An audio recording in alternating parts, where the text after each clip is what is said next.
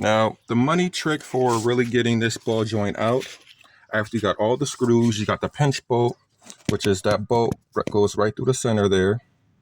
The money is to twist, okay? So imagine this is back in the hole, okay? It's inside the slot. You know, you want to twist, okay? And literally twist.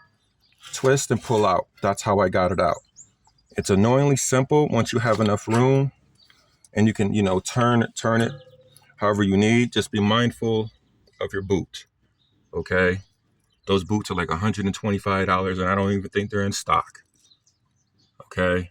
And it could lead to all sorts of other additional issues, all right? There's no reason this should be a super hard job, but it is, but it's also my first time doing it, all right?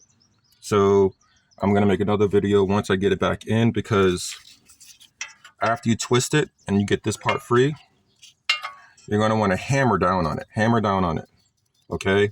So I hammered down on this part,